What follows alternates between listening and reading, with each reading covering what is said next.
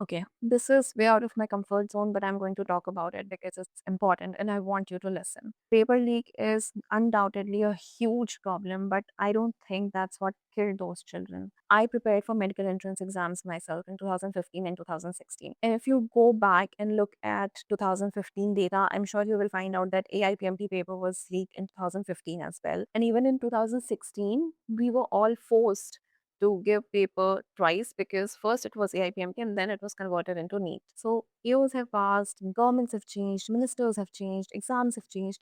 But one thing remains constant, that the government, the education system has kept failing us again and again and again. Paper leak is not a new problem, and I don't think asking for someone's resignation is going to solve that problem. I hope we are able to achieve the reforms we want through our protests, but I'm here to talk about children who have died because I think today, unanimously, we can all accept that our education system is fucked. Our education system needs serious reforms, and if students are standing against corruption, paper leak, and demanding accountability, I support that. I genuinely do. Because if I ever decide to bring a child into this world, the thought that they have to go through this education system terrifies me. But still, I don't think paper leak is the only conversation we should be having right now. When we hear that a child dies by suicide, I don't think paper leak alone explains that.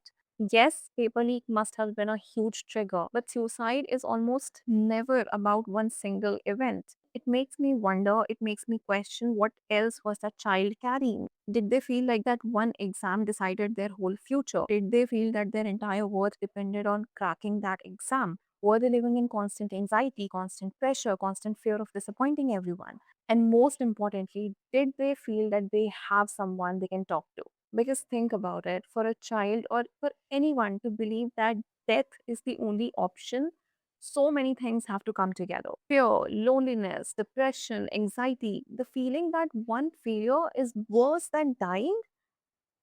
Something has to be wrong, right? So that's why I feel as parents, guardians, or even family members or friends, we have a huge responsibility when it comes to our children. I still remember this incident from my preparation days. My dad would always come into my room one night before the exam and ask me, "Are you stressed out? I hope you're not stressed out."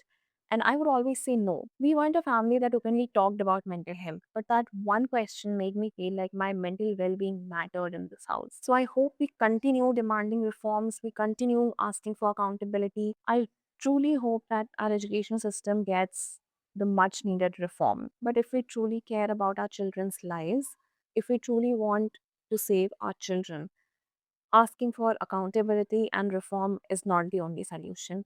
We have to care about their mental health. We have to build homes where our children feel safe, where our children know that no exam, no failure, no success is more important than their life. Because if I ever choose to become a mother, I hope my child knows that. I'm someone who sat in those exam halls and I still remember the pressures. So if you're a parent watching this, please make sure that you give your child all the support that they need, not just in terms of finance, but mental, emotional, physical, all kinds of support that you can provide them.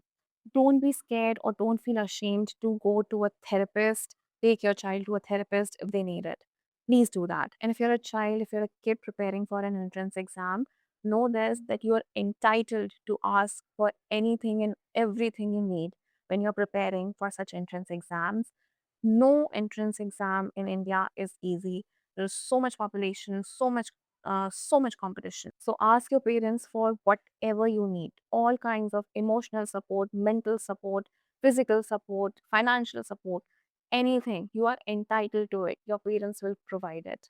Don't feel ashamed if you're scared. Share with your family, share with your friends, talk to someone you love or you trust. Share whatever you're feeling and make sure you take care of your mental health before everything else.